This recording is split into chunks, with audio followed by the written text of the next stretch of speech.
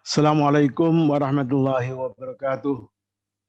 Alhamdulillah, Waalaikumsalam. alhamdulillah, alhamdulillah, alhamdulillahirabbil alamin. Wassalatu wassalamu ala asrafil anbiya'i wal mursalin wa ala alihi washabihi ajma'in, amma ba'du. Para peserta KKS online yang saya hormati, yang saya cintai, alhamdulillah kita berjalan dari waktu ke waktu dan sekarang kita sudah sampai ke kuliah yang keempat. Dan ini adalah sambungan dari kuliah sebelumnya. Jadi saya minta selalu menghadapi kuliah Jumat ini bisa hendaknya melihat kuliah-kuliah yang sebelumnya dari link YouTube. Jadi saudara, saya harapkan sudah membiasakan untuk melihat link YouTube sebelumnya. Jadi yang masih baru sama sekali, saya harapkan juga melihat link YouTube kuliah pertama, kedua, ketiga, dan ini yang keempat. Yang terakhir saya sampaikan, saudara sekalian, setelah kita keluar dari belantara keyakinan keagamaan, dan kita menjadi Muslim yang mentuhankan Allah Subhanahu wa Ta'ala, kemudian kita masuk kepada belantara yang kedua, yaitu belantara pemikiran Islam. Belantara pemikiran Islam itu artinya sebagai Muslim kita dihadapkan kepada banyak sekali cara berpikir Islam yang bervariasi dari satu ke yang lain. Di kuliah yang ketiga saya tegaskan, kita tidak boleh bingung, tidak boleh kemudian salah langkah di dalam langkah di belantara pemikiran Islam yang sangat variatif itu. Kuncinya hanya satu, kita masuk kepada acuan yang benar. Dan acuan berislam yang benar itu hanya Al-Quran. Hanya Al-Quran. Apapun yang kita terima dari orang, siapapun itu, mesti harus tidak boleh bertentangan dengan Al-Quran.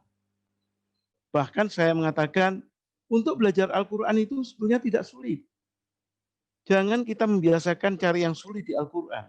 Cari yang mudah di Al-Quran. Itu yang disebut dalam Al-Quran sebagai ayat-ayat muhkamat. Ayat-ayat yang tidak akan ada interpretasi yang berbeda. Ayat-ayat yang sudah bisa difahami oleh siapapun yang rada sedikit mau mengerti begitu. Dan ada ayat-ayat muhkamat itu yang kemudian berdiri sendiri. Tidak usah diterangkan oleh siapapun. Kita sudah ngerti itu. Tadi saya khutbah Jum'ah di Rumah Sakit Dr. Sutomo. Juga saya tekankan, kita jangan menjadi orang yang sepertinya nggak bisa baca, nggak bisa tulis. Kemudian kita tidak ngerti berislam yang benar itu bagaimana. Sehingga kita mencari yang lain selain dari Al-Quran. Karena itu saya ingin tekankan, belajar Al-Quran itu pada dasarnya mudah. Saya ulangi lagi, ini untuk revisi untuk reviewnya. Nomor satu, pasti kita harus bisa membaca dengan tartil sesuai tajwid. Saya bilang terlarang malah kalau kita membaca Al-Quran dengan lagu-lagu langgam-langgam yang merusak tajwid, itu haram itu bagi saya. Kita susah-susah belajar berpuluh tahun tentang masalah Islam, ujung-ujungnya membaca ayat Al-Quran tidak sesuai dengan wahyu yang diturunkan oleh Allah kepada Rasulullah Muhammad SAW. Wahyu itu dibaca oleh malaikat Jibril dengan bercara yang sangat standar, yaitu sesuai dengan tajwid. Tidak usah dilakukan dengan langgam macam-macam sehingga merusak tajwid. Dan itu bukan wahyu Allah itu yang dibaca. Itu yang nomor satu saya katakan. Yang nomor dua, sebetulnya belajar Islam zaman sekarang ini jangan mencari kesulitan. Langsung aja baca terjemahannya yang diterjemahkan oleh orang-orang yang ahli. Orang-orang yang sudah mempunyai kemampuan bahasa Arab dan mempunyai berbagai macam ilmu yang terkait dengan Al-Quran, ulumul Quran, mustalah al-hadis, dan macam-macam sirah Nabi. Itu mereka itu sudah banyak yang pakar dan diterjemahkan Al-Quran ke dalam bahasa yang kita bisa mengerti. Nah, sayangnya kita tidak melihat itu. Tidak kita baca artinya. Yang kita baca itu adalah bahasa Arabnya yang tidak kita ngerti, sehingga kita tidak dapat mengambil isi tuntunan dari Allah Subhanahu wa taala itu. Karena kita terjebak kepada romantika, keindahan saja. Dan kita lupa bahwa esensi Al-Quran itu adalah tuntunan kita melangkah setiap hari. Dan itu tidak sulit, saudara sekalian. Sangat mudah. Dan di waktu membaca Al-Quran yang terjemahan itu, jangan cari yang sulit, yang aneh, yang membuat kita bingung. Cari saja ayat-ayat yang punya nilai operasional. Dan itu saudara catat. Dengan itu saudara akan sudah tahu, akan terpandu di dalam langkah kita. Dalam pola berpikir kita, dalam melangkah keseharian kita, di dalam membuat keputusan kita, is there, di sana. Di dalam Al-Quran itu. Artinya saudara belajar Al-Quran itu tidak sulit. Tidak menunggu belasan tahun untuk bisa mengerti bagaimana kita menjadi orang Islam yang baik. Baru kemudian acuan dari Al-Quran yang berikutnya sebagai penjabaran dari Al-Quran itu adalah yang kita sudah kenal sebagai hadis. Hadis itu sebetulnya apa sih? Hadis itu adalah praktek Al-Quran oleh Rasulullah. That's all. Praktek wahyu dari Allah kepada Nabi, itulah hadis. Saya tadi mengatakan ini dalam rangka katakanlah kita mengadakan perayaan Maulidin Nabi. Kita meniru Nabi. A'udzubillahi minasyaitonirrajim. Laqad kana lakum fi Rasulillahi uswatun hasanah liman kana yarjullaha wal yaumal akhir wa dzakarallaha katsira. Sungguh pada Rasulullah itu adalah suatu uswah, percontohan. Nah, apa yang kita contoh? Sering kita keliru yang kita contoh itu. Kita contoh sesuatu yang sangat tidak relevan dengan kehidupan kita sama sekali. Apa misalnya? Sesuatu yang tidak spesifik, khas, yang dikerjakan misalnya apa? Misalnya potongan rambut Nabi. Tidak mungkinlah kita harus mengikuti potongan rambut Nabi. Kulitnya Nabi yang putih bersih, padahal kita kulitnya adalah coklat. Cara berjalannya Nabi, padahal Nabi tinggi, kita pendek misalnya. Yang dilakukan itu adalah apa? Yang dilakukan adalah sesuatu yang terkait dalam kehidupan kita sehari-hari. Tetapi dicontohkan oleh Nabi. Sesuatu yang sangat universal untuk keislaman. Saya katakan dalam khutbah itu, bahwa sebetulnya kita meniru Nabi itu yang mempunyai nilai-nilai universal. Yang memberikan, yang berlaku untuk siapapun, dimanapun, kapanpun dia berada. Membuat bangunan rumah harus turun Nabi. Gimana? Tidak mungkin lah. Orang yang di Eskimo itu harus tebal dindingnya. Di tempat kita harus dindingnya mungkin tidak harus tebal-tebal karena sumur. Jadi bukan itu. Itu yang sebetulnya saya mengatakan inti dari meniru Nabi itu yang benar. Kenapa? Intinya adalah bagaimana Rasulullah mempraktekkan wahyu Allah itu dalam kehidupan yang bisa dipakai oleh orang yang tinggal dimanapun, kapanpun, ras apapun. Saya jelaskan bahwa di dalam Al-Quran itu jelas sekali meniru Nabi itu adalah sesuatu yang bersifat perilaku, cara berpikir, keyakinan yang bisa berlaku untuk siapa saja, ras apapun, suku apapun, di tempat manapun, kondisi lingkungan apapun. Ada lagi orang Islam yang kemudian berislamnya itu orientasinya untuk dicintai Allah. Dia lewatkan semua permasalahan. Yang penting dia menganggap saya itu dicintai Allah. Saya itu adalah dekat dengan Allah. Khayalan-khayalan seperti itu sekarang berkembang juga. Menjadi orang yang dekat pada Allah. Dia tidak peduli yang lain, pokoknya asal aku dekat. Dia tidak tahu ukuran operasional dekat pada Allah itu. Padahal jelas sekali di dalam firman Allah. Saudara bisa lihat itu. Qul in kuntum tuhibbunallaha fattabi'uni yuhibbukumullahu wa yaghfir lakum dzunubakum. Itu konkret itu. Kalau kamu ingin dekat dengan Allah, ingin dicintai oleh Allah, maka ikutilah aku, katanya Nabi. Ikutilah aku. Maka Allah akan mencintaimu. Allah akan memaafkan kesalahanmu. Allah akan memberkahi kamu. Jadi kalau kita mimpi bisa dekat pada Allah, dicintai Allah, rahasianya itu satu, mengikuti Nabi. Waktu Nabi mempraktekkan Al-Quran itu. Hadis itu adalah penjelasan dari Al-Quran, apa yang disampaikan Nabi terkait dengan keislaman, terkait dengan wahyu. Itu saudara, itu intinya. Jadi jangan sampai kita keliru. Nah, pada saat ini saya akan memberikan penjelasan kekuatan dan mungkin harus difahami adanya hal-hal yang harus difahami dari hadis itu supaya kita juga tidak terjebak.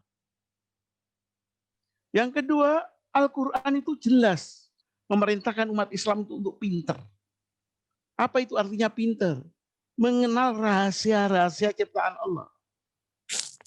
Itu namanya pinter. Untuk pinter itu yang diperlukan juga adalah pemahaman dari rahasia alam melalui jalur sains and teknologi. Jadi sains teknologi itu adalah bagian dari Islam. Dan itu yang sering dibuang oleh orang-orang. Nanti saya jelaskan, saudara. Betapa sebetulnya Al-Quran itu memerintahkan manusia untuk mendalami, mengkaji sains, supaya mereka mengerti kaidah-kaidah dari ciptaan Allah di dunia syahada. Hanya dengan itu orang Islam itu menjadi kokoh, kuat. Sebaliknya, maka umat Islam akan melemah, terbelakang. Oh, nggak ngerti. Allah jelas menyampaikan firman-Nya. Warrasikhuna fil ilmi. Warrasikhuna fil ilmi. Dan orang-orang yang mendalam di dalam pemahamannya, dalam kehidupan ini. Jadi ilmu itu, saudara sekalian, kalau kita mau ringkaskan, ya ilmu tentang Al-Quran. Tapi ilmu Al-Quran itu ada penjabarannya. Penjabarannya itu adalah hadis yang benar dan sains yang valid. Itu baru kemudian dia mendalami ilmu. Dan kesalahan umat Islam itu termasuk mengabaikan masalah sains. Apa saja yang sesungguhnya itu akan saya berikan pada perkuliahan pada kali hari ini. Dan insya Allah dengan itu saudara akan bisa menangkap dengan mudah bahwa berislam itu sederhana, gampang, di tengah pola berpikir yang tidak berantakan, banyak sekali macamnya itu. Insya Allah kita tidak akan tersesat kalau kita benar di dalam acuan kita, dalam memahami acuan.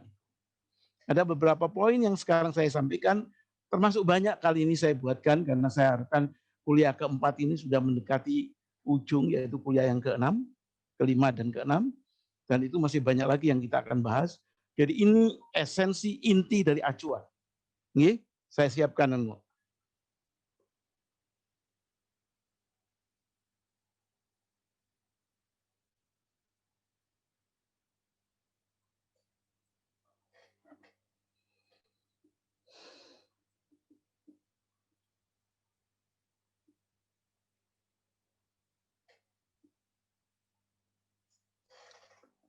Nah, kita bicara hadis. Ingat sekali lagi.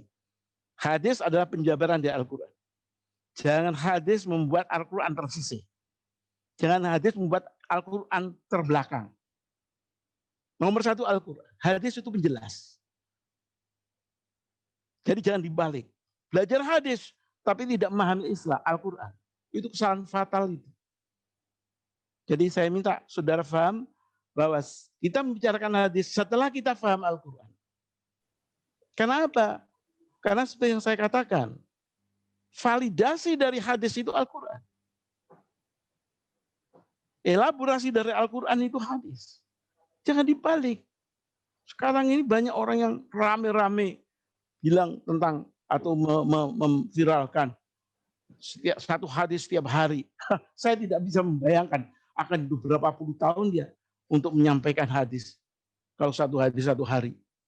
Belum lagi yang mana hadis yang mau disampaikan. Wong hadis itu adalah bergudang-gudang. Saudara sekalian, jadi itu jangan lupa hierarki acuan itu. Yang utama pertama adalah Al-Quran, baru dijabarkan oleh hadis, dijabarkan oleh saya. Dan ini kata kunci. Memahami hadis untuk apa? Untuk memperoleh penjelasan teknis terkait pemahaman dan pelaksanaan tuntunan Al-Quran. Artinya kalau sudah jelas Al-Qurannya, Qul huwallahu ahad, mau diputar apa lagi? Bahwa Allah itu satu, esa. Semua orang ngerti yang namanya satu itu apa, esa itu apa. Jangan kemudian kita cari-cari untuk membuat bingung sendiri pada suatu ayat-ayat Al-Quran yang sudah jelas muhkam itu. Sudah jelas maknanya itu. Ini yang saya maksudkan, hadis adalah pendukung. Dan itu dijelaskan di dalam surat Ali Imran, ayat 31 dan yang 32. Tadi yang saya bacakan. Bahwa kita itu harus mentaati Rasulullah dalam kaitannya ketaatan kepada Allah. Dalam kaitannya Rasulullah itu menerapkan wahyu dari Allah Subhanahu wa taala. Jadi ini kata kunci untuk apa kita memahami hadis. Jangan dibalik. Jangan dibalik. Al-Qur'annya ditinggalkan, hadisnya ditumakan. Sedang yang lain saudara, ya Allah, kalau sudah baca hadisnya yang orisinal, itu lebih sulit daripada kita membaca Al-Quran. Bahasa Arabnya tidak standardized seperti Al-Quran. Ini ada orang sok mendahulukan hadis, mengabaikan Al-Qurannya. Sangat tidak masuk akal.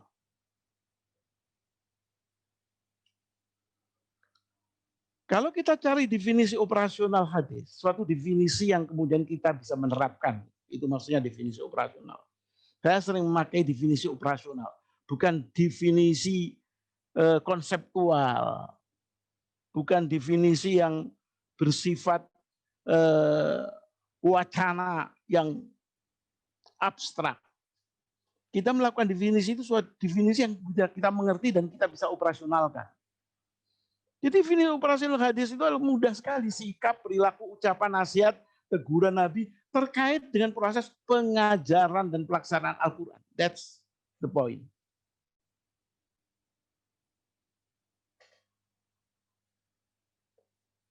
Bagaimana kita memahami hadis itu? Bagaimana kita tahu kekuatan dan kelemahan hadis? Prinsip-prinsip apa yang kita harus pahami untuk menunjukkan posisi hadis di dalam kita hidup berislam ini? Nomor satu saya mengatakan, ini banyak tidak disinggung dalam pengajaran Islam. Pernyataan dan perilaku hadis yang bukan Al-Quran. Ingat, yang bukan wahyu. Dilarang oleh Nabi untuk dicatat sahabat sewaktu beliau masih ada. Ingat, ada itu informasi tentang ini. Nabi itu melarang sahabatnya untuk menuliskan nasihatnya, pernyataannya, kecuali hanya Al-Quran. Jadi kata kunci dalam Islam itu Al-Quran. Rasionalnya gampang, supaya sahabat itu fokusnya pada isi wahyu yang turun. Ini dalil pertama, prinsip pertama yang kita pahami untuk melihat kekuatan dan kelemahan hadis. Nomor dua, yang disebut hadis itu adalah suatu pemberitaan yang tadi itu mengenai masalah pernyataan, perilaku dan macam-macam dari Nabi itu. Siapakah yang melihat, mendengarkan pernyataan Nabi? Tidak semua orang bisa mendengarkan itu. Yang bisa mendengarkan, melihat dan nyata lain-lain itu adalah generasi sahabat. Sahabat itu adalah orang yang hidup di masa Rasulullah belum wafat. Kalau ada orang yang hidup setelah Rasulullah wafat, terus sok tahu bahwa Nabi itu begini, ngomong begini, melarang itu, pasti bohong. Jadi yang namanya semua hadis itu mesti periwayatnya adalah hadsan.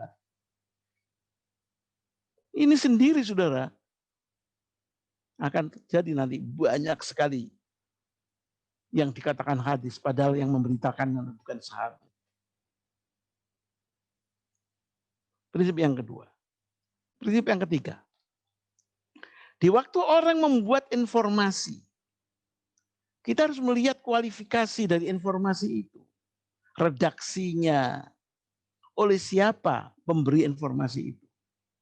Dan di waktu informasi disampaikan, maka kita harus tahu bahwa informasi itu dipersepsi oleh si penerima pemberita.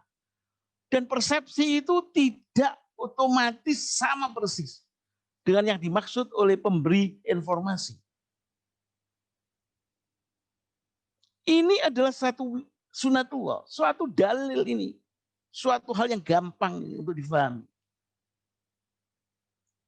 Jadi kalau ada sahabat memberikan informasi tentang Nabi kepada orang yang hidup setelah Nabi wafat, sahabat memberikan redaksi, si penerima berita mempunyai persepsi.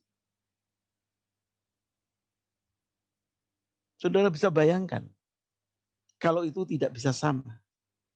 Belum lagi redaksi yang si pemberi informasi, yang namanya sahabat. Itu sahabat itu ya Allah banyak sudah waktu itu. Dan variasi keilmuannya juga banyak. Ada yang cerdas, ada yang setengah cerdas, ada yang kurang cerdas. Itu sahabat. Tidak semua disamakan asal sahabat Nabi semua beres informasinya. Jadi seleksi ini, demikian juga yang menerima informasi dari sahabat yang variatif itu, kualifikasi sahabatnya. Persepsinya sendiri bisa macam-macam. Tergantung siapa itu penerima pemberita. Kalau zaman sekarang beda lah antara terpelajar dengan yang tidak terpelajar. Ini prinsip ini, gap of information ini terjadi pada setiap transfer of information. Dan kita harus mewaspadai itu. Dari ini saja kita tahu bahwa kualifikasi hadis dibandingkan Al-Quran. Itu jauh sekali, saudara.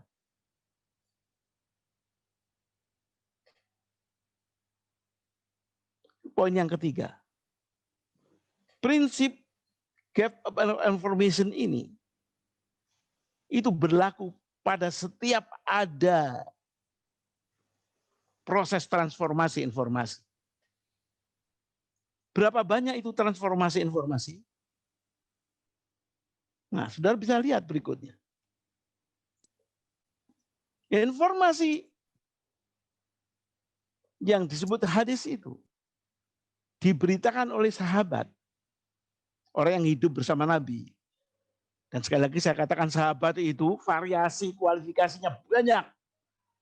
Dari yang sangat cerdas, kurang cerdas, mungkin ada yang tidak cerdas. Lalu teruskan ke kelompok generasi yang juga variasi kecerdasannya sangat berbeda. Yang masih pernah hidup di kala sahabat belum wafat. Katakan sahabat itu 1000. Maka ada kelompok yang hidup bersama sahabat yang 1000 itu. Sahabat yang termuda, yang terlama meninggalnya. Itu yang disebut namanya kelompok tabi'in. Jadi informasi hadis itu sahabat menyampaikan ke tabi'in. Sahabat sendiri macam-macam kemampuan intelektualitasnya. Si tabi'in juga macam-macam kemampuan intelektualitas dan akhlaknya mungkin juga. Tabi'in meneruskan isi hadis ke tabi'in generasi keduanya. Yang sering dinamakan sebagai tabi'in. Dan berlanjut itu alih generasi ini. Sampai seberapa jauh, lah itu ternyata tidak hanya berhenti di kita dua. Berhenti ke tingkat yang berikutnya. Berlanjut estafet itu. Perjalanan isi hadis itu. Ke tabi'in, tabi'in.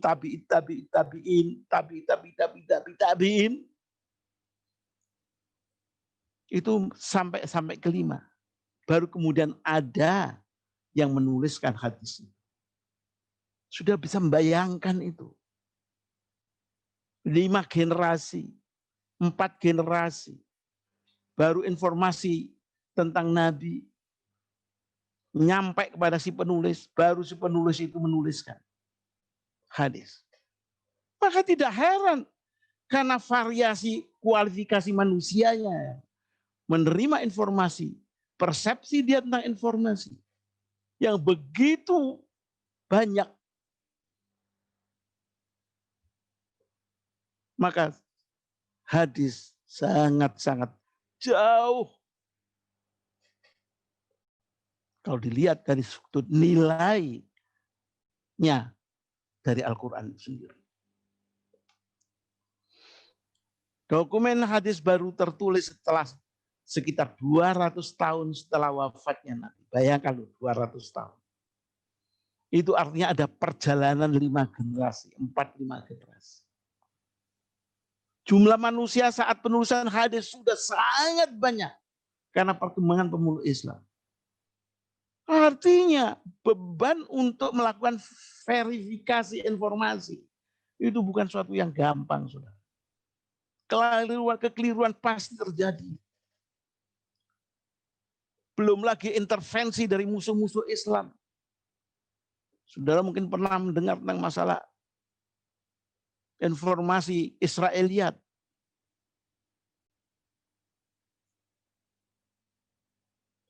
Saudara, ini bukan sesuatu yang mudah.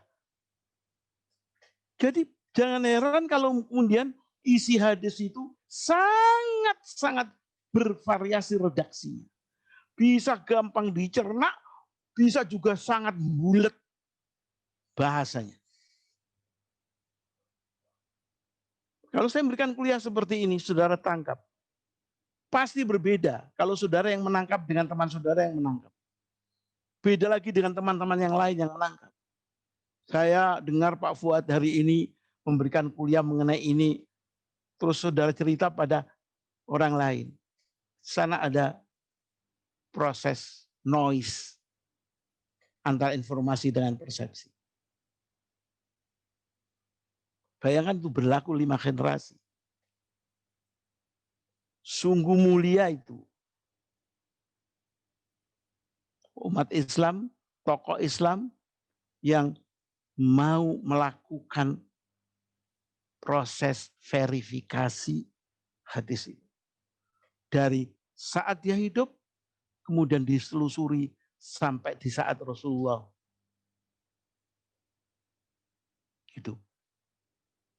Itu bukan pekerjaan ringan. Orang itu adalah termasuk orang yang mulia.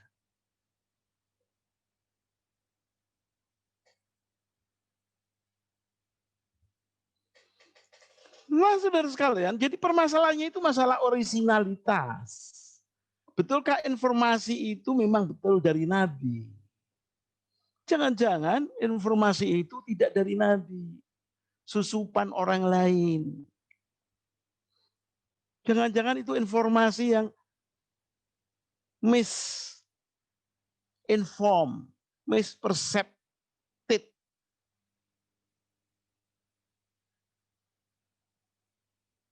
Di sini kemudian ada upaya untuk menjaga bahwa sesuatu memang betul dari Nabi. Kalau tidak dari Nabi, ngapain kita ngikutin? Padahal Al-Qur'annya jelas di situ dari Allah. Tinggal kita mencoba untuk memahami yang muhkam. Itu cara berislam yang benar. Di tengah belantara pemikiran Islam. Dan itu insya Allah yang membuat kita selamat di dalam hidup kita ini. Bagaimana cara menjaga supaya informasi yang diterima sebagai suatu hadis itu betul original dari Nabi? Ada 4 prinsip. Setelah kita memperhatikan tadi itu, 1, 2, 3, 4, 5, sampai 6, 7 poin. Pertama, sanadnya sahih. Sanad itu adalah perjalanan dari informasi dari sahabat ke tabi'in, dari tabi'in ke tabi'it tabi'in, dari tabi'it tabi'in ke tabi'it tabi'it tabi'in, sampai generasi yang keempat, kelima ditulis. Penyampainya adalah orang-orang yang berkualitas bagus. Itu yang disebut sanad yang sahih. Dan itu sungguh pekerjaan yang tidak mudah. Jadi nomor 1, perhatikan sanad dari suatu hadis.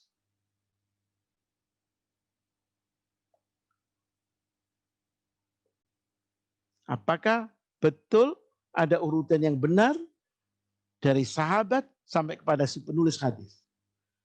Bahwa urutan pemberitaan itu benar generasinya, bahwa dia masuk generasi tabi'in atau tabi'in, lalu tabi'in. Dan manusia itu dikenal bagus kualifikasi akhlaknya. Bukan pembohong.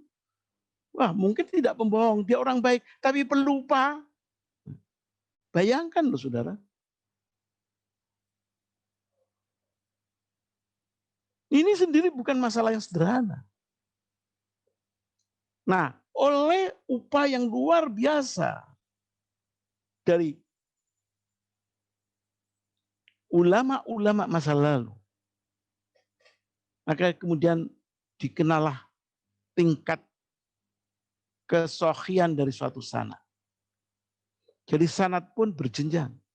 Yang tertinggi kalau suatu hadis dinyatakan sahih oleh Bukhari dan Muslim. Itu jenjang tertinggi. Kesohian level kedua adalah kalau disahihkan oleh Bukhari. Kesohian yang ketiga kalau disahihkan oleh Muslim saja. Nah, baru level keempat disahihkan oleh Bukhari dan bukan Muslim. Dari situ saudara bisa lihat begitu rumitnya. Dan dengan itu kita mengentengkan suatu pernyataan hadis. Bahwa ini ada dari Nabi.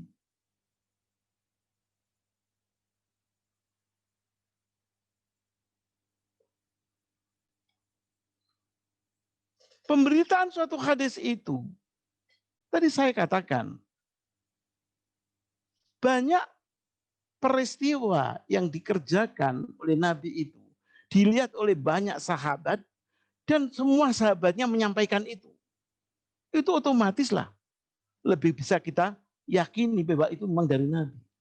Apalagi sahabat yang menyampaikan itu sahabat yang terpilih, yang kecerdasannya tinggi. Itu yang disebut sebagai hadis yang punya nilai mutawatir. Tapi ada hadis yang nyampe ke kita, ternyata sahabat yang menyampaikan itu hanya 1 atau 2. Yang lain no comment.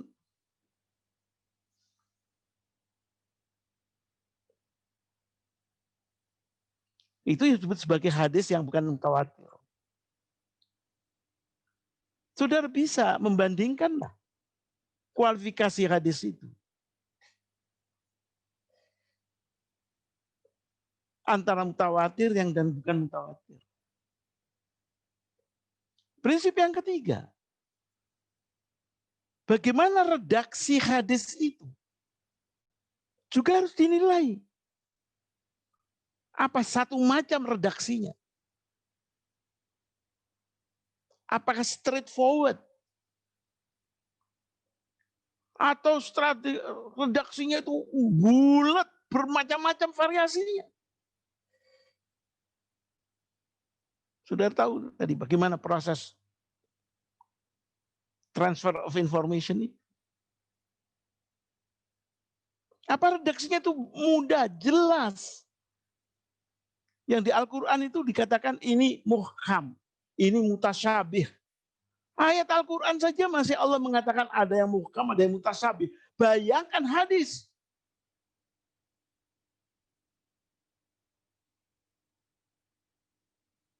Jadi lihat itu isi.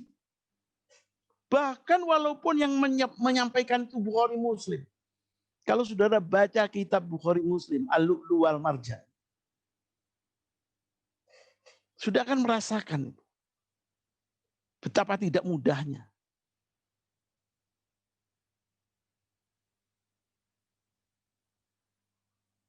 Apalagi saudara lihat dari bahasa Arabnya. Allahu Akbar.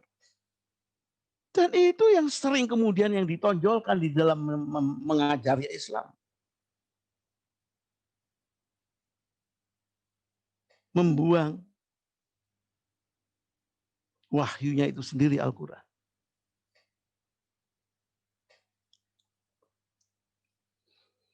Yang keempat, saudara sekalian. Matan atau isi hadis. Itu juga harus diuji. Apakah selaras menguatkan isi Al-Quran. Atau malah bertentangan prinsip. Dengan apa yang dinyatakan oleh Al-Quran. Apalagi ayat Al-Qurannya itu muhkam.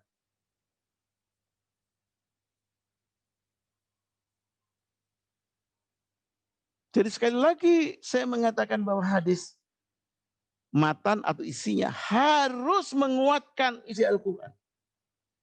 Tidak boleh bertentangan dengan prinsip yang dinyatakan Al-Quran. Khususnya ayat-ayat yang bersifat muhkam. Dari sini saja saudara, kita mesti harus pandai-pandai untuk memanfaatkan waktu kita itu. Di dalam memahami tuntunan Allah dalam kita hidup seharian itu.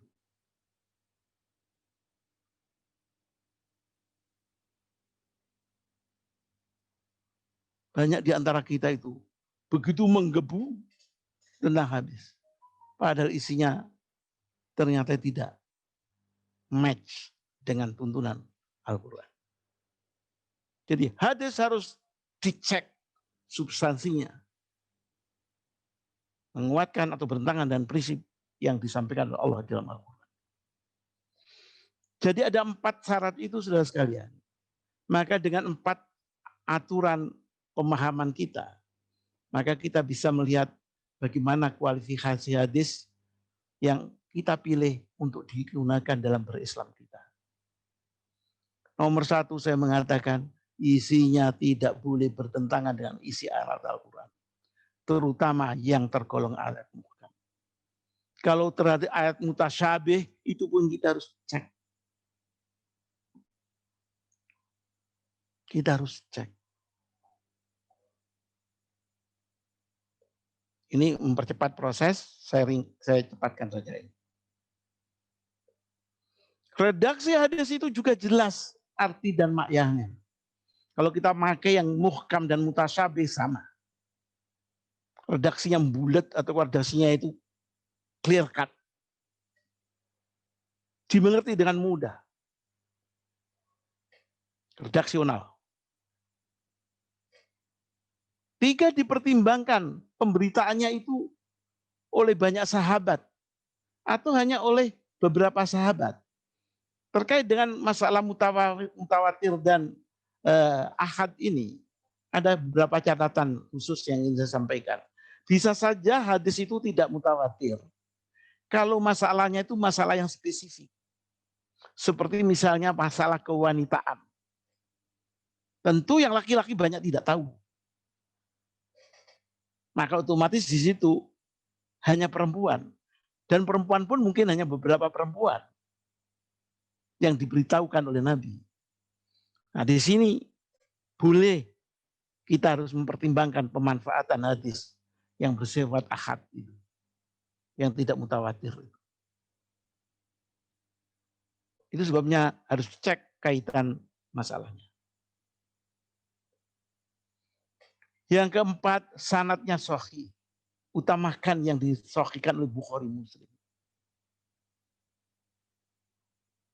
Dan minta maaf, tidak banyak itu yang disahihkan Bukhari Muslim.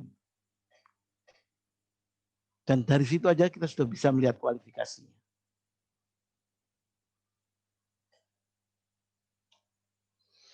Nah, saudara sekalian, sekarang ngomong kita tentang validasi. Validasi, apakah suatu yang disebut hadis itu valid? Bagaimana ngecek? Untuk mendapatkan suatu prinsip, jangan lupa, hidup ini saudara sekalian. Apakah Al-Quran, apakah hadis, apakah sains nanti. Kuncinya itu kita menemukan dalil itu harus valid. Dalil itu harus benar prinsip yang disampaikan itu. Bahwa harus begini, tidak begitu. Bahwa Allah itu satu. Pencipta itu bukan ciptaan. Itu namanya prinsip. Dan prinsip itu harus benar. Untuk mengecek kebenaran sebuah prinsip yang kita tangkap dari kajian acuan Islam, Al-Quran, hadis, dan sains, maka khusus untuk hadis ini harus saudara pahami. Validitas kebenarnya sebuah prinsip itu ternyata amat bergantung kepada analisis isinya. Analisis isi itu betul-betul menjadi kunci dan konfirmasi jalur sanad.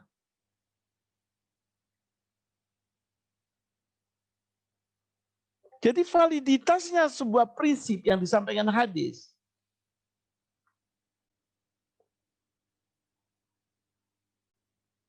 pengecekannya adalah dari analisis isi hadis dan dari konfirmasi jalur sanadnya. Saya ingin memberikan catatan, saudara. Sanad ini adalah suatu urutan informasi dari figur ke figur terkait dengan konfirmasi hadis. Tapi sekarang ada banyak pemanfaatan nama sanad untuk proses berguru. Itu tidak saya temukan. Bahwa saya harus berguru A harus berguru dari A, dari B harus berguru dari C berguru dari D harus berguru dari E. Itu tidak dimaksudkan sanad yang sebagaimana dalam Islam dikenal. Karena kualifikasi guru itu sangat berbeda.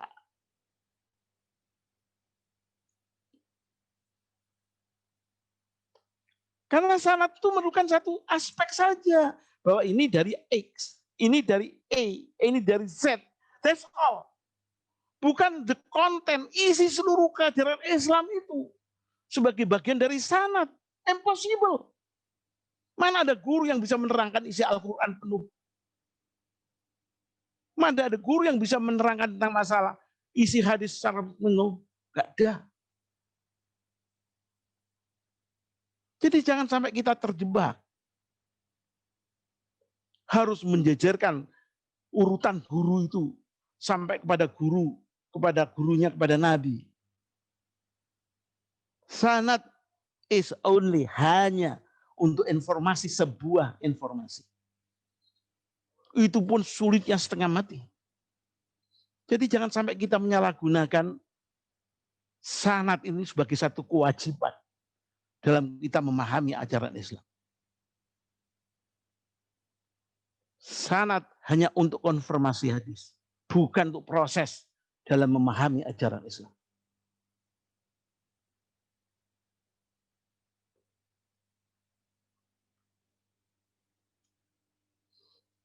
Jadi saudara, dengan memperhatikan tadi berbagai macam variabel, nah, maka ternyata memang hadis itu sangat rawan untuk dipalsukan orang.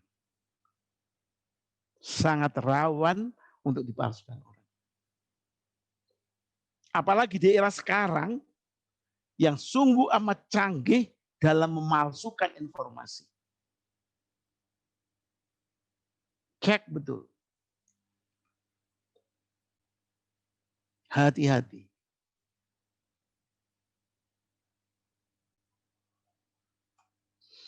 Nah, itu adalah hadis. Sekarang mari kita bicara tentang masalah sains. Penjabar kedua dari Al-Quran itu adalah sains. Apa itu sains? Sains adalah kreativitas manusia untuk menemukan kaidah-kaidah, prinsip-prinsip di dalam dunia empiriknya. Manusia dengan upaya sendiri menemukan 100 derajat air itu mendidih.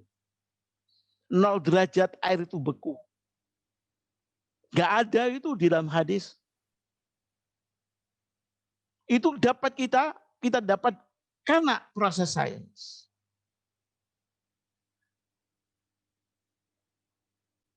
Bulan mengelilingi bumi, bumi mengelilingi matahari. Gak ada itu dalam hadis. Bahkan Quran pun tidak menyebutkan. Itu adalah bagian dari upaya manusiawi yang diberi Allah kemampuan biologis yang sangat-sangat canggih sehingga mampu untuk melakukan aktivitas sehingga menemukan prinsip-prinsip di dalam sunnatullah empirik. Itu sains. Dan itu perintah Al-Quran. Masalahnya itu perintah Al-Quran tapi tidak dianggap sebagai perintah. Saya tidak tahu mengapa kok seperti itu sampai orang Islam.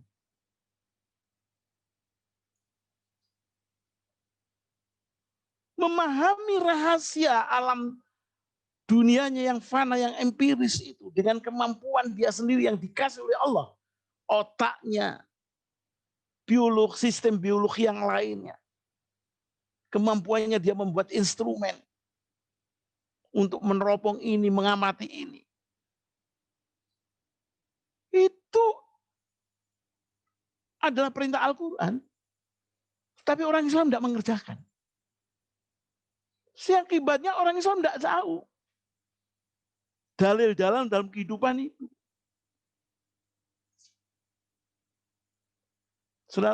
Yang pernah saya sitir itu. Bahwa kita harus makan sesuatu yang halal dan thayyib. Thayyibnya itu tidak dijabarkan. Padahal penjabarannya thayyib itu sains. Adanya kuman, virus, jamur di dalam makanan kita. Nggak ada itu hadisnya. Itu terjadi atau kita bisa mengerti karena kita belajar sains. Bahwa sains bagian dari perintah Islam tidak dikerjakan oleh orang Islam. Itu adalah menurut saya suatu kenaifan dari umat Islam. Sains adalah upaya-upaya manusia memahami alam semesta empirik yang syahada, yang dia bisa ukur, yang dia bisa amati. Melalui kemampuan akal, nalar, dan keunggulan biologisnya. Ini sains. Orang boleh tidak percaya adanya Tuhan. Atau salah dalam mengidentifikasi Tuhan. Tapi dia bisa menemukan itu. Prinsip-prinsip di dalam dunia empirisnya. Dari akal, nalar, dan unggulan biologisnya. Ateis, kafirin, bisa tahu rahasia alam empirisnya. Karena kemampuan biologisnya. Karena kesungguhan dia untuk mengamati rahasia alam itu. Yang orang Islam kemudian kebanyakan tidak mempedulikan.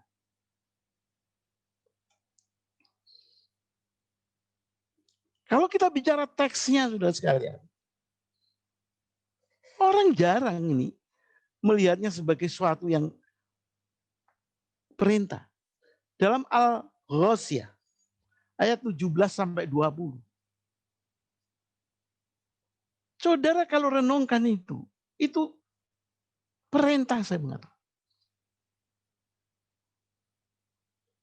Bahkan suatu teguran. Afala yang duruna ilal ibili kaifa khuliqat. Mengapa tidak kalian kaji dengan serius bagaimana unta itu diciptakan? Itu suatu tantangan dari Allah untuk kita yang mendalami biologi. Bagaimana suatu makhluk hidup itu bisa hidup, terciptakan dengan segala komponen biologisnya. Afala yang duruna. Wa ilas sama'i kaifa rufi'at.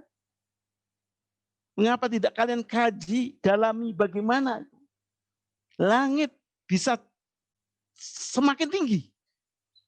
Rufi'at itu ditinggikan.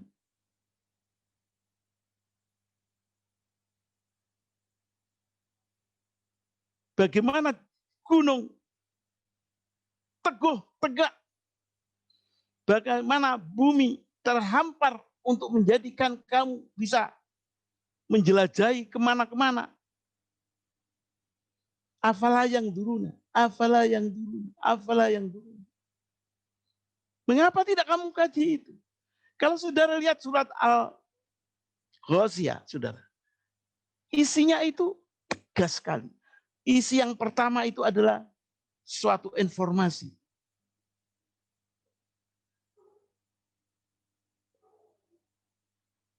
Tentang apa?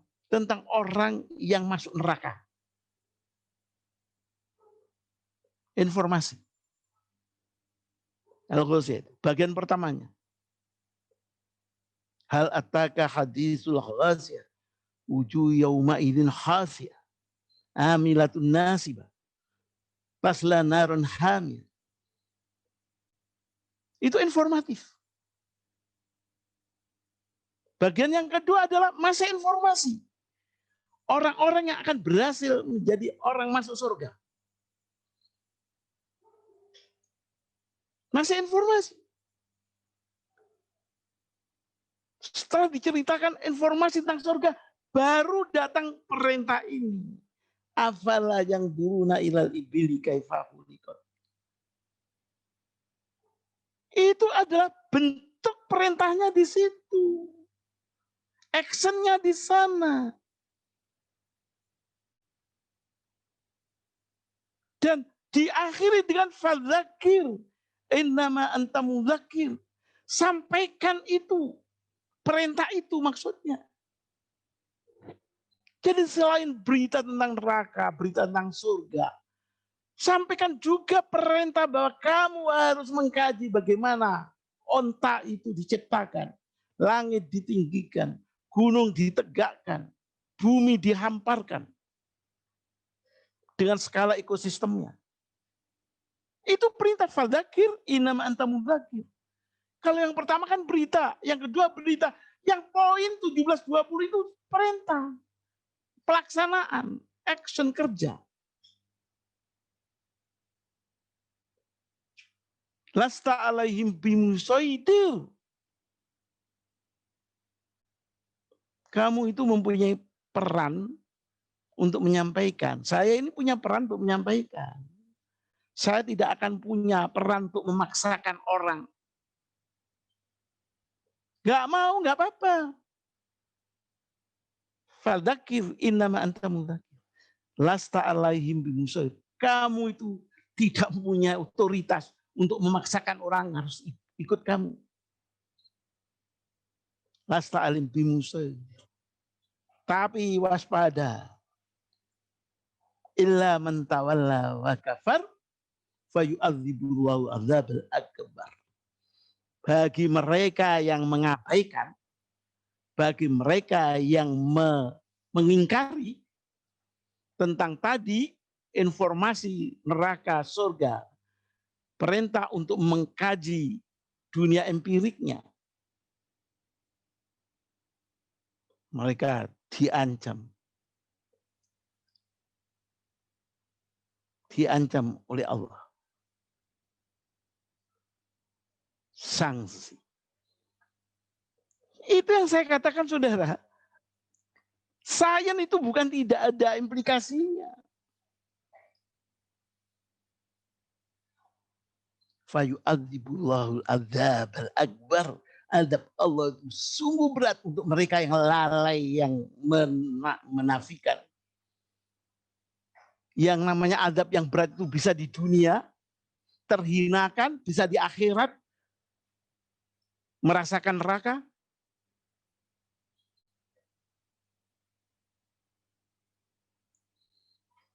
Dilihat dari sudut rasionalnya, saudara sekalian. Kalau Al-Quran itu memberikan perintah seperti itu, yaitu supaya manusia itu faham sunatullah. 100 derajat air itu mendidih, 0 derajat membeku, air layak minum, makanan layak makan, itu selain dikatakan oleh apa yang di dalam Al-Hadis dikatakan, Al-Quran dikatakan, tapi juga harus sesuai dengan sunatullah biologis manusia. Bayangkan kalau saudara kita minum air yang mengandung sianida. Padahal sianida itu membuat oksigen habis di tubuh kita dan mati itu orang. Apa kita mau minum air yang ada kandungan sianida? Kalau kita minum air dengan kandungan sianida, bukankah itu kita melanggar sunatullah? Wong sudah jelas membuat kamu hancur, rusak, mati. Kok tetap kamu minum? Jadi kalau manusia tidak tahu teori tentang air yang layak minum, dan tetap dia minum, itu namanya dia melanggar sunatullah. Sunatullah kebutuhan hidupnya. Makanan yang sudah busuk, basi, banyak kumannya, banyak jamurnya, dia tetap makan saja. Dia itu melanggar sunatullah, saudara. Dan pelanggaran itu terjadi karena dia tidak tahu. Dan tidak tahunya itu karena dia tidak belajar sains. Jadi melaksanakan sains itu adalah bentuk pelaksanaan isi Al-Quran untuk memahami karakter dunia empirik supaya hidup manusia itu tidak melanggar sunatullah.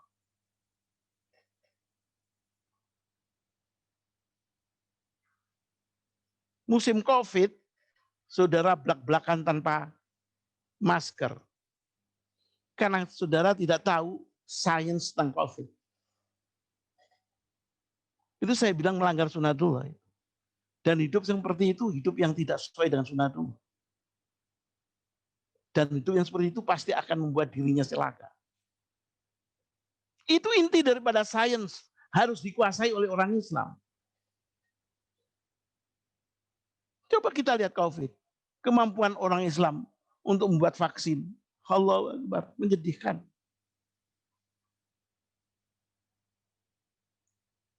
Karena dia tidak mempunyai kemampuan sains.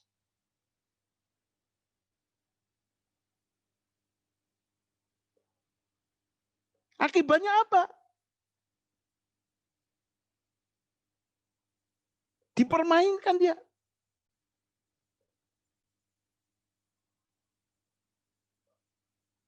Itu inti sains dalam berislam. Sains itu bahkan saya mengatakan secara naluri saja Allah sudah memerintahkan manusia.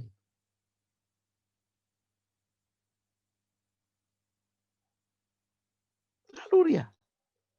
Tanpa diberitahukan oleh Allah.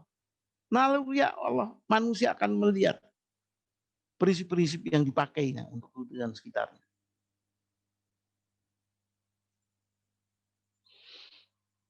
Saya ingin mengatakan bahwa ini saya tambahkan. Setelah naluri, maka proses pengembangan sains itu dilakukan dengan sangat proaktif untuk memahami dunianya dengan benar, untuk dimanfaatkan dalam kehidupannya.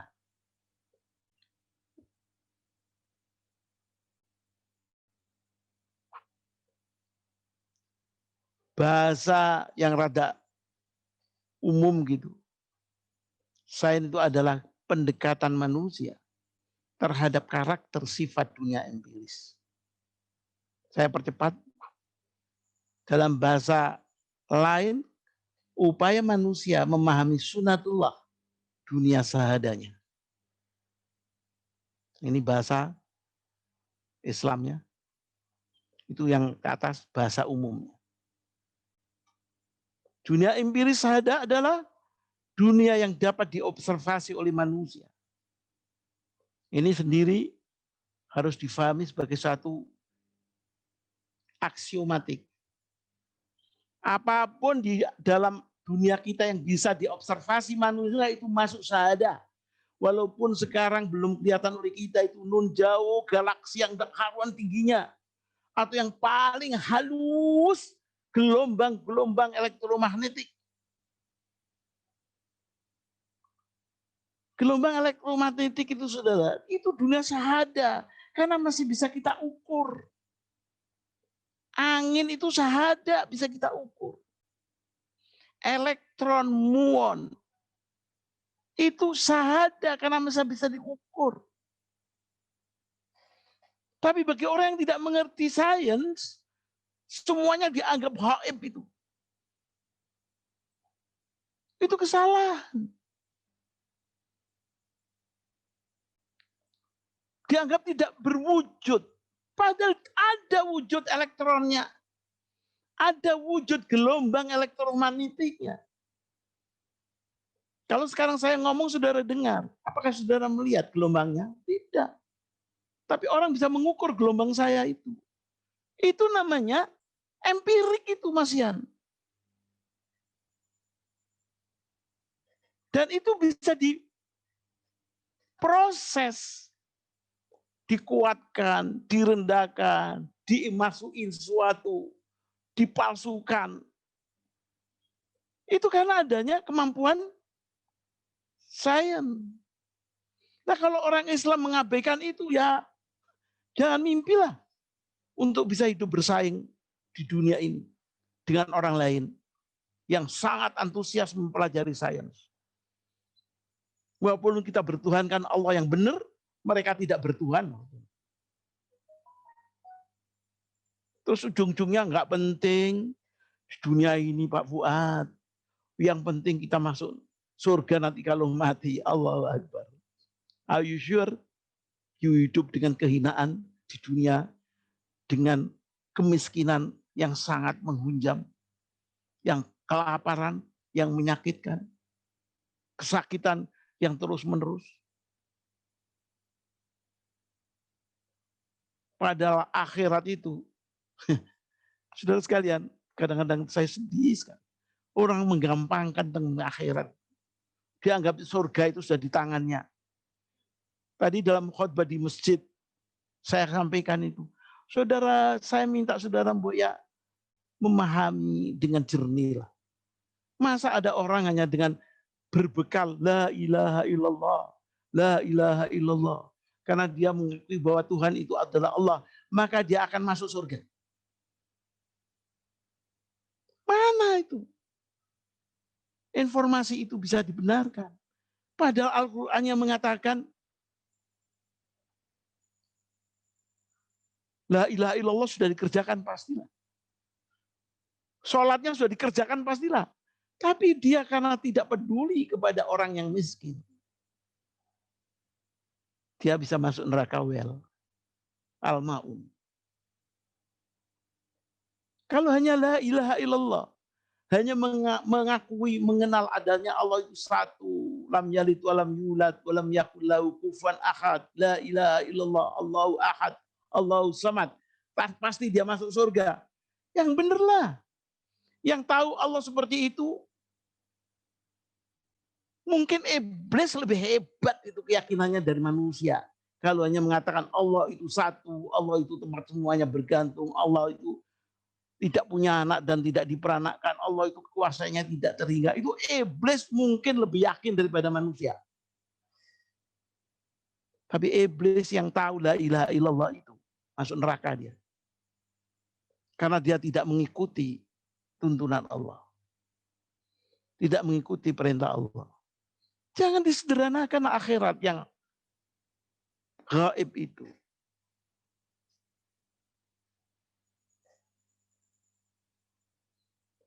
Sunatullah, saudara sekalian, adalah karakter yang ditetapkan Allah yang terlekat pada ciptaannya. Semua ciptaan Allah itu di situ Allah memberikan karakter. Kita ini ciptaan Allah, maka Allah memberikan pada kita karakter. Bukan hanya biologis, tapi non biologisnya juga dikasih oleh Allah. Ruh kita itu dikasih karakter oleh Allah. Bahwa kita harus mengenal Allah sebagai Allah yang benar, itu juga karakter manusia yang akan mendapatkan keberuntungan. Itu sunatullah. Bahwa kita harus sholat sebagai muslim, sebagai manusia dengan sholat yang benar, karena bertuankan dia Tuhan yang benar. Itu juga sunatullah. Di dalam surat Al-Furqan ayat 2 itu Allah mengatakan dengan tegas sekali. Wa khalaqa kulla syai'in faqaddarahu taqdir. Pada setiap ciptaan Allah itu, di sana ada ketentuan-ketentuan. Itu sunatullah. Dan kita harus banyak mengetahui sunatullah itu. Termasuk sunatullah yang empirik, termasuk sunatullah yang non-empirik. Tetapi bagi manusia yang kurang mendalami keimanan, karakter-karakter yang diberikan oleh Allah pada ciptanya itu kemudian disebutnya dengan enteng hukum alam. Allahu Akbar. Berapa banyak di antara kita mengatakan, oh itu tumbuh dengan subur karena dikasih pupuk, itu hukum alam. Sudah sekali itu sunatullah. Dan kita itu hidup harus menguasai sunatullah. Harus mempunyai pemahaman sunatullah sebanyak bisa, semaksimal kita bisa. Termasuk sunatullah untuk diri kita sendiri. Jadi jalur sains itu saudara diperoleh dari 2 jalur, pengalaman hidup dan proses pengerjaan sains. Ini saya percepat. Sains itu memiliki objek kajian sains yang disebut ontologi. Tujuan kita melakukan kajian, aksiologi. Metode kita mengerjakan kajian disebut epistemologi. Saya minta supaya 3 ini, karena hanya 3, saudara pahamilah bahwa setiap sains itu mesti ada objeknya, setiap sains itu mempunyai kajian, tujuannya kita bersains, dan setiap sains itu mempunyai metode kajian yang berbeda dengan kajian metode yang dipakai dalam kajian hadis. Kalau tadi hadis, validasi hadis adalah dengan melalui analisis isi dan konfirmasi sanad. Kalau sains, metodenya berbeda. Nah, nanti saya terangkan. Objek sains adalah bisa benda mati, bisa makhluk hidup, dan bisa manusia dan masyarakatnya. Saya membedakan 3 hal ini untuk nanti memperoleh informasi sejauh mana sains itu mempunyai validitas tinggi.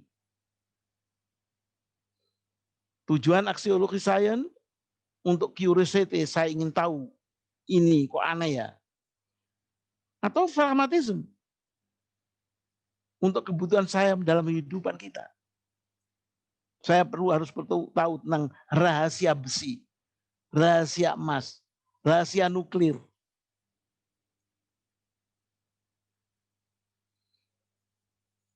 Metode sains pengamatan, penelitian mendalam.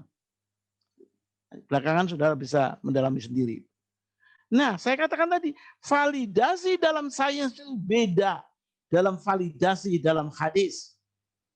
Kalau hadis itu validasinya adalah dari analisis isi dan dari verifikasi sanad, pada sains harus ada pembuktian dengan analisis empiris. Dicek betul, check and recheck.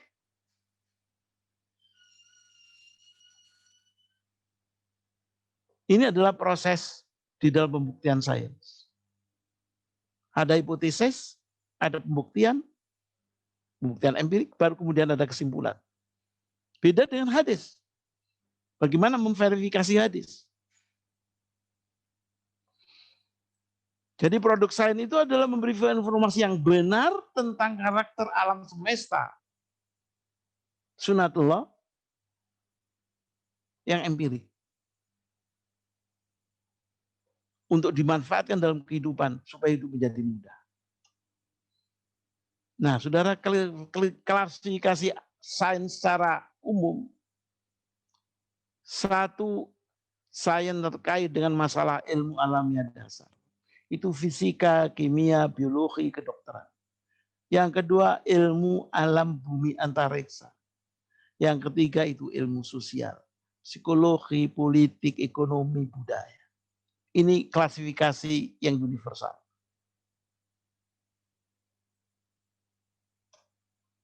Kekuatan yang sains itu objektivitasnya tinggi.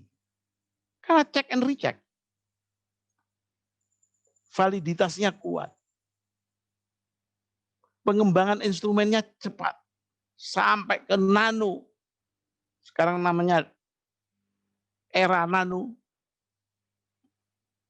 Cakupan areanya empiris.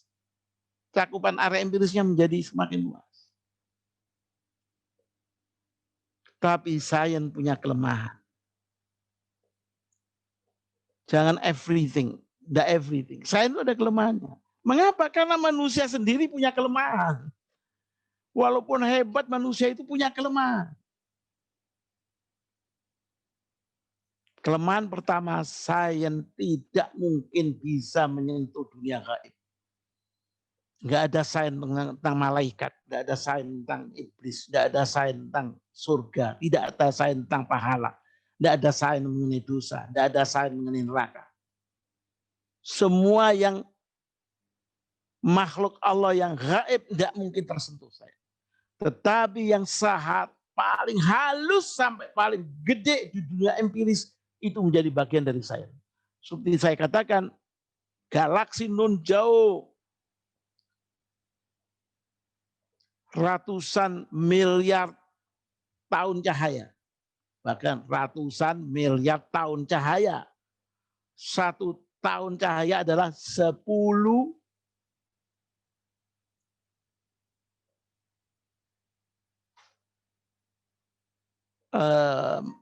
triliun kilometer. 1 tahun cahaya. Sudah bisa membayangkan yang ratusan miliar tahun cahaya jaraknya. Itu masih namanya bagian dari empiri. Yang kecil, yang paling halus yang kita tidak lihat. Gelombang elektromagnetik. Neutrino. Tidak bisa dilihat. Dengan mikroskop pun tidak bisa dilihat. Itu masih juga disebut sebagai dunia empiri. Bisa diukur, bisa dipola, bisa dikendalikan. Dan nomor 1 kelemahannya adalah dia tidak bisa mengkaji dunia gaib. Yang dia bisa kaji dunia empirik, tapi itu pun banyak tidak karuan itu dunia empirik. Yang paling gede, yang paling lembut. Tapi ada kelemahan kedua yang saya minta saudara paham. Kalau ontologinya, kalau objek yang diamati manusia itu sudah merupakan objek yang bergerak dengan variabilitas, mobilitas yang luar biasa dinamis.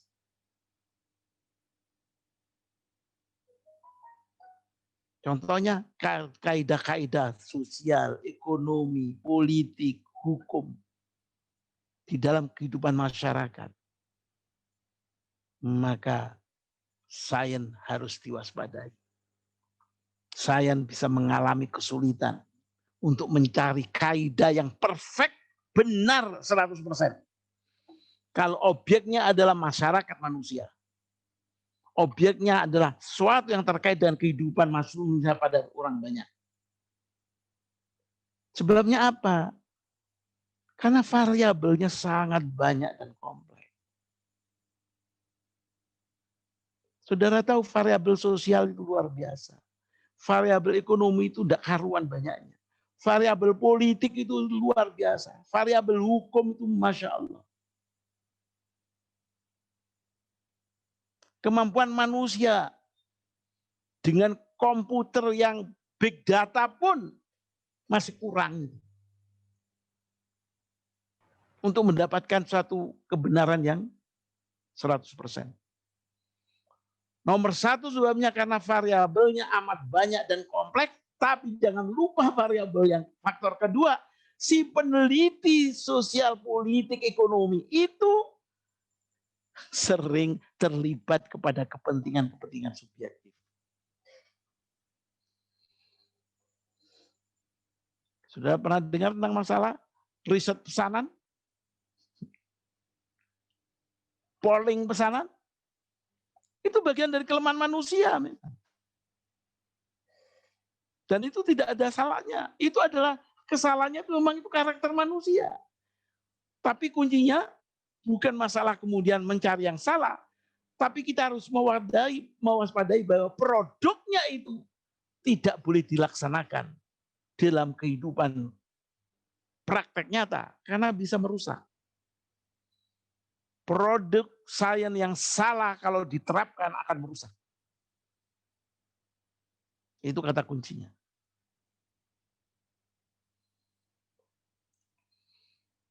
Kalau kita lihat dari sudut profil informasi dari sains tadi, tingkat akurasi itu bergradasi. Produk sains itu sangat akurat kalau objeknya benda mati.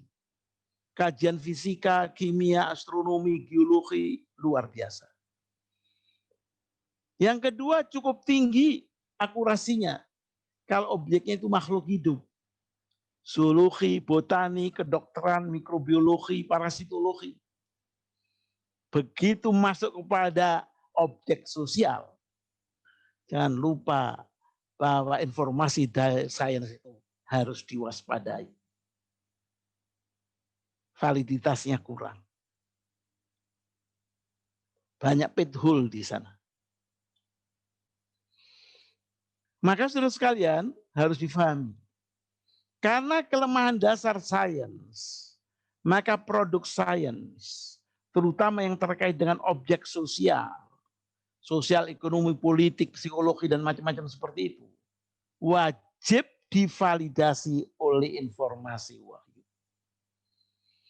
Berapa banyak itu riset ekonomi yang mengatakan sekarang wajar kalau setiap bank itu harus punya interest.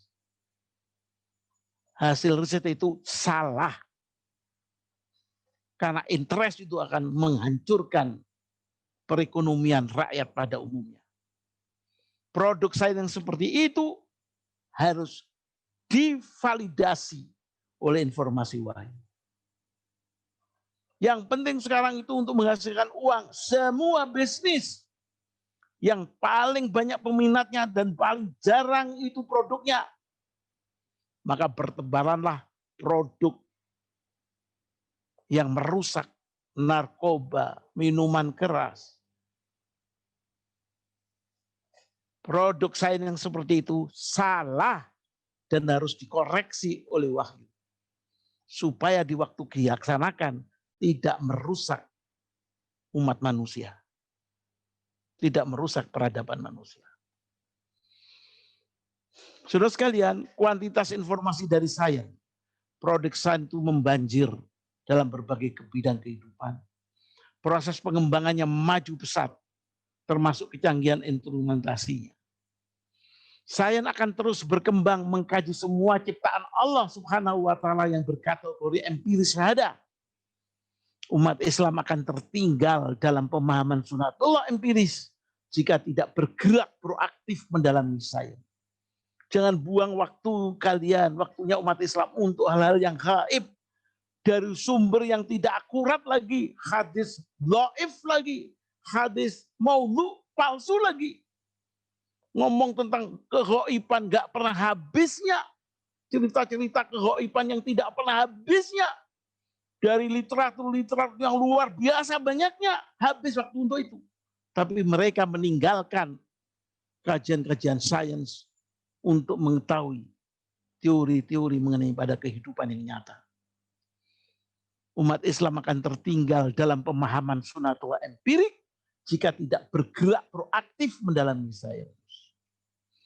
Umat Islam akan kalah bersaing dalam kehidupan di dunia pluralis, dunia empirisnya oleh non-muslim jika tertinggal dalam pemahaman dunia empirisnya. Saudara, bagaimana bisa menang untuk berbisnis kalau harga produk di tempat non-jauh di sana lebih cepat diketahui oleh lawan daripada oleh kita. Karena kemampuan sains mereka tinggi. Kemampuan sains kita pas-pasan.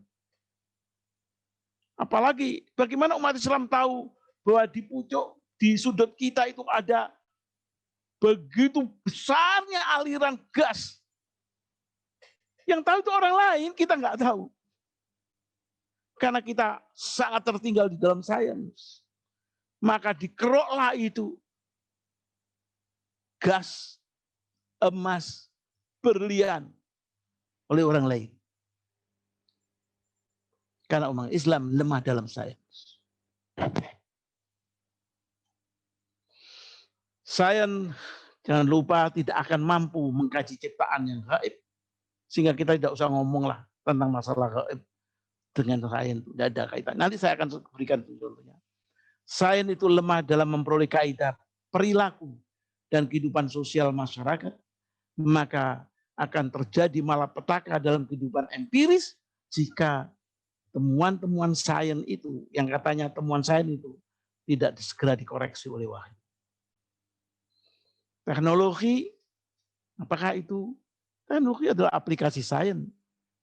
Prinsip-prinsip yang didapatkan, dimanifestasikan dalam bentuk suatu proses sarana untuk menunjang kehidupan manusia. Sains dan teknologi membuat banyak kemudahan dalam jalan hidup dan menambah kenyamanan dalam kehidupan kita. Tapi jangan lupa bisa merusak kalau kita tidak tepat. Assalamualaikum warahmatullahi wabarakatuh. Inna Allah wa malaikatahu yusalluna